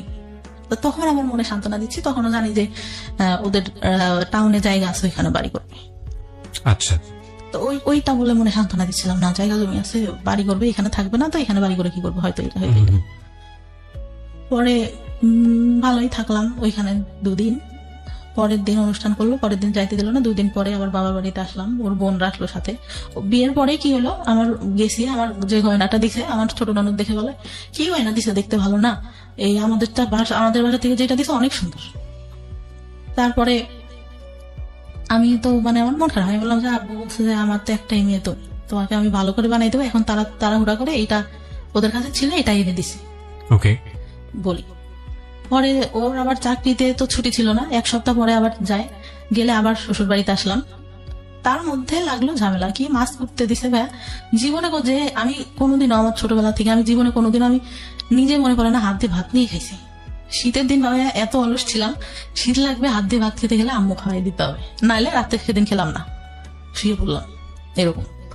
তো মাছ করতে দিছে, ছোট মাছ, আমি এত আস্তে আস্তে কাটতেছি, আমার ননদটাও কাটতেছে, তো বলতেছে যে এত আস্তে আস্তে মানুষ মাছ কাটে, আমি বলতেছি আমি তো কখনো করি নাই, এত করতেছি এই বেশি। তো আমি বাসায় এসে মানে আমার কোনো কাজই পছন্দ হয় না। তো আমি খুব মানে আমার খুব খারাপ লাগতেছে, আম্মুর কথা মনে করতেছে, কান্না করতেছি যে আমার এটা কি দিল, কি দেখে বিয়ে দিল। পরে ওদের একটা খালু থাকে, ওদের সাথে আবার ওর টাকা দেয়, ওদের সাথে আবার ঝামেলা হয়। তা ওই খালুটা মানে বিয়ের দিন আমার চাচাকে নাকি ইয়া করে বলে যে বিয়ে তো দিলেন, পরে বুঝবেন মজাটা কেমন, এরকম বললো। আমরা তখন আমার ছোট চাচা কিছু বলে নাই তাকে। পরে আব্বুকে হয়তো বললে আমার বিয়ের কিছুদিন বলতে 5-6 মাস পরে আমি মনে হয় প্রেগনেন্ট হই। 1 মাস পর আমি বুঝতে পারি, তার আগে বুঝতে পারিনি, 1 মাস পর যখন পিরিয়ড হচ্ছে না তখন বুঝতে পারি। তার মধ্যে ওই যে শ্বশুর বাড়িতে যাই মাঝে মধ্যে, আমার শ্বশুর তখন বেঁচে ছিল, এইটা নিয়ে বাঁধাবে ওইটা নিয়ে বাঁধাবে, এইরকম এই কাজটা কেন করে না, ওইটা কেন কিছুই করে না। আমি তো ভাই আমি বুঝি না আসলে সংসারে কি করতে হয়, টোটালি আমি বুঝি না কি করতে হয় একটা সংসারে, যে উঠবো সকালে উঠে এটা করবো আমি তো ওইভাবে মানুষই নেই। সব দেখছি আমার মা কাজের লোক দিয়ে করাচ্ছে, নিজে শুধু রান্নার বান্না করতেছে, মানে বললাম না ফ্যামিলিটা বড় ছিল, একসাথে ছিল সবাই, তো করতেছে। তারপর আমি মানে করতাম না। আমার কি হলো, বাচ্চাটা যখন প্রেগনেন্ট আমি, তখন আমি একদম আমার বাড়িতে, আমার বিয়ের পরে ভাই আমার হাজবেন্ড আমাকে কাপড় দিত না, ওকে টোটালি বলতে। আমি গেছি, আমার একটা জামা সবসময় পরার জন্য 500-550 টাকা দাম হবে, বললাম যে এটা আমার পছন্দ হয়েছে আমি নিবো, আমার কাছে টাকা নেই, তোমার কাছে থাকলে নাও।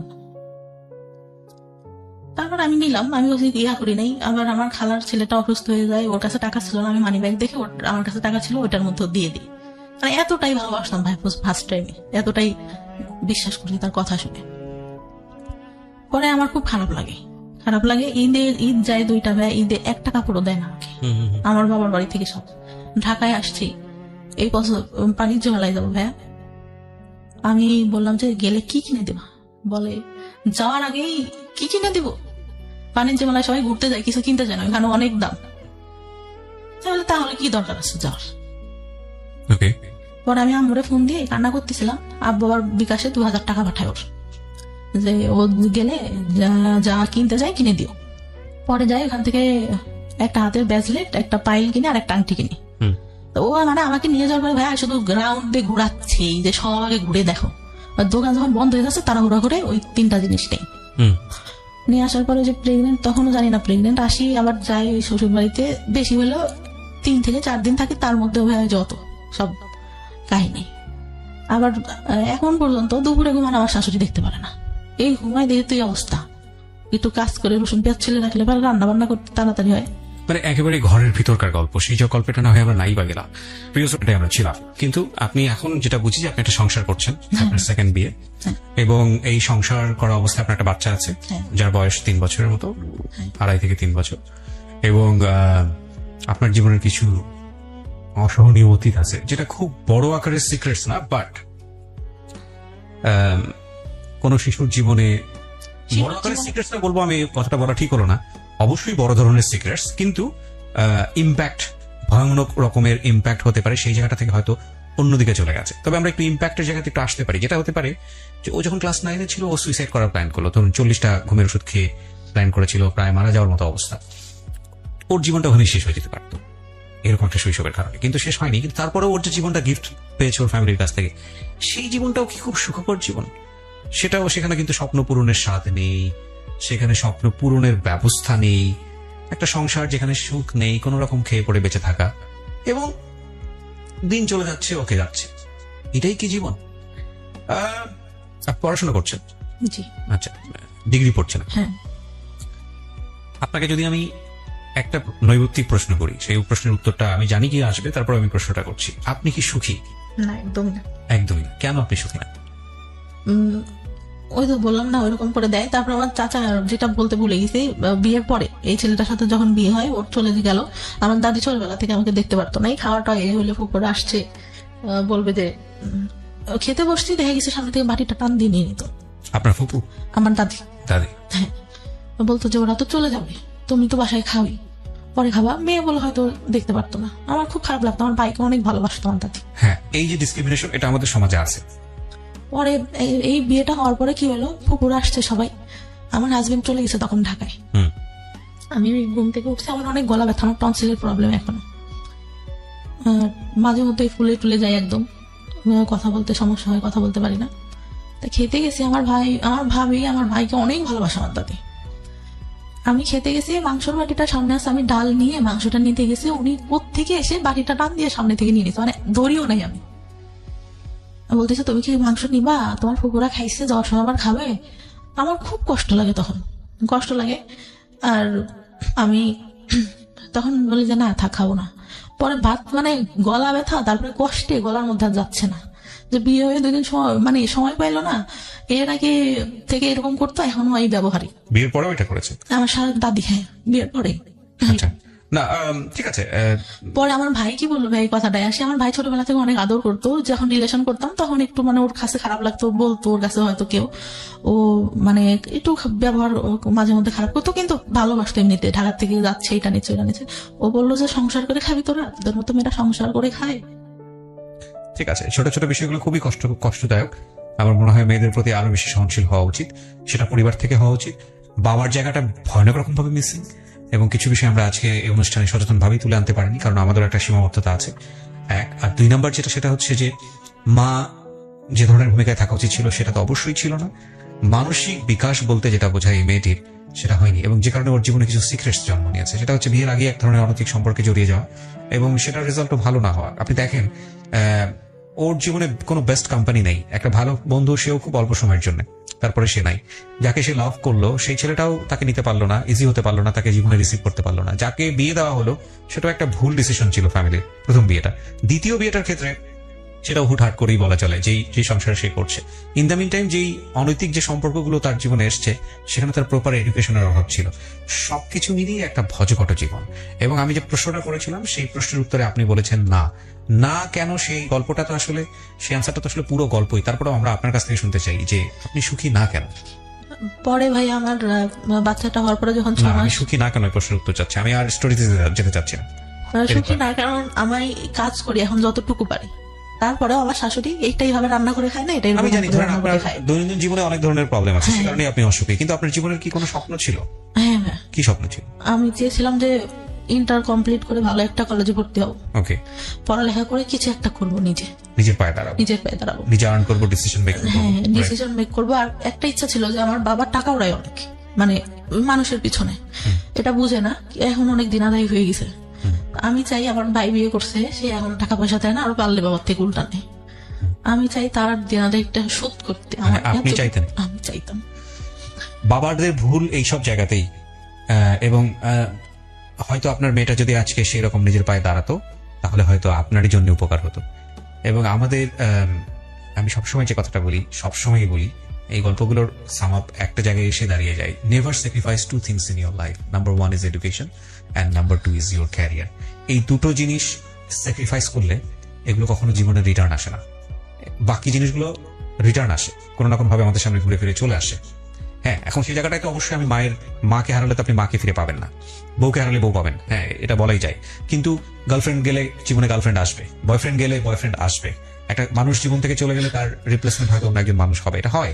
হ্যাঁ, এখন আমরা যখন লাভ করি তখন আলটিমেটলি এটাই চিন্তা করি যে না, তাকে ছাড়া আমার জীবন বৃথা। আমাদের লাভের স্টাইলটাই এরকম, ধরনটাই এরকম, আমরা অন্য কোনো কিছু চিন্তা করতে পারি না। লাভ সবসময় যখন হয় তখন একদম ব্লাইন্ডলি ডিপোজিট হয় সেই জায়গাটাতে। সো ওইটা নিয়ে আমরা, কিন্তু মজার বিষয় হচ্ছে যখন জীবন থেকে ওটা সরে যায় এবং জীবনে যখন সেকেন্ড আর একটা মানুষ আসে, তখন একটা পর্যায়ে কি মনে হয় কতটা বোকা ছিলাম, কতটা হাস্যকর ছিল এই সময়গুলো, কি কত না বড় ভুল করেছি। কিন্তু সিচুয়েশনের থেকে সেটা বোঝা যায় না। তো যাই হোক, আমি যে কথাটা বলছিলাম যে জীবনে আসলে এই দুটো জিনিস স্যাক্রিফাইস করলে এই দুটো জিনিস আর কখনো রিটার্ন আসে না, এবং তখন জীবনটা খুব দুর্বিষহ হয়ে ওঠে। কি ছেলে কি মেয়ে, প্রত্যেকেরই স্বাধীনভাবে বাঁচার ক্ষমতা আছে এবং প্রত্যেকেরই নিজস্ব চিন্তায় বড় হওয়ার সুযোগ আছে। ধরুন কেন এই দুটো জিনিসের কথা বলি। এই মেয়েটি তার সংসার জীবনে সুখী না, এই মেয়েটি তার পারিবারিক জীবনে সুখী না, এই মেয়েটির একটা বাচ্চা আছে। এই মেয়েটির যদি অন্তত ডিসিশন মেক করার ক্ষমতা থাকতো, যে পৃথিবীর কোনো জায়গা থেকে সে সুখী না কিন্তু তার ডিসিশন মেক করার একটা ক্ষমতা আছে, অন্তত ওই জায়গাটা সে সুখী হতে পারতো। আর ডিসিশন মেক করার ক্ষমতা তখনই থাকে যখন একটা মানুষ আর্ন করে, যখন একটা মানুষের আয় করার ক্যাপাসিটি থাকে। যে মানুষটার আয় করার ক্যাপাসিটি থাকে না, সেই মানুষটার ডিসিশন মেকিং করার ক্ষমতা থাকে না। সুতরাং পৃথিবীর সমস্ত জায়গা থেকে যদি আপনি বঞ্চিত হন হ্যাপিনেসের জায়গাটা থেকে, আর্ন যদি আপনি করেন, পয়সা রোজগার যদি আপনি করেন, আপনার যদি একটা জব থাকে বা অন্য কোনো যে কোনো বৈধ উপায় আপনি যদি অর্জন করেন, সেক্ষেত্রে আপনার অন্তত একটা হ্যাপিনেস থাকবেই থাকবে। So never ever sacrifice your career. And education না থাকলে ক্যারিয়ার আসবে না। সচরাচর আমরা সেটাই দেখি, ব্যতিক্রম অনেক আছে। তো এডুকেশনও আসলে স্যাক্রিফাইস করা উচিত না। এডুকেশনের স্যাক্রিফাইসনেসটা নিজের জীবনটাকে অনেকখানি দুর্বিষহ করে তোলে। এই মেয়েটির ক্ষেত্রে যেটা হয়েছে এডুকেশনের ক্ষেত্রে, সেটা পারিবারিক ভুল এবং তার নিজেরও অনেকখানি ইচ্ছার অভাব ছিল। একটা সময় তার মনে হয়েছে যে পড়াশোনা করে কি বা হবে, সে যেটা দেখেছে। এবং সবকিছু মিলিয়েই এইরকম জীবন, সমাপ্তির মতো জীবন বাংলাদেশের অনেক মেয়ের আছে, অসংখ্য মেয়ের আছে। কিন্তু একটা কথা হচ্ছে যে আমরা আসলে সুন্দর দিনের স্বপ্ন দেখি, আমরা আগামীকাল নিয়ে পজিটিভ ভাবতে চাই, আমরা বেঁচে থাকি ভালো কিছুর জন্য। আমরা প্রতি মুহূর্তে স্বপ্ন দেখি আমাদের জীবনটা অনেক সুন্দর হবে, যে কারণেই আমরা বেঁচে থাকি। আমরা বিশ্বাস করি সৃষ্টিকর্তাতে এবং একই সাথে আমরা বিশ্বাস করি আমাদের ভাগ্যে ভালো কিছু অপেক্ষা করছে, যে কারণেই সমাপ্তিরা এত স্যাক্রিফাইস করেও তাদের সন্তানদের মানুষ করেন এবং ভবিষ্যতের আশায় বসে থাকেন।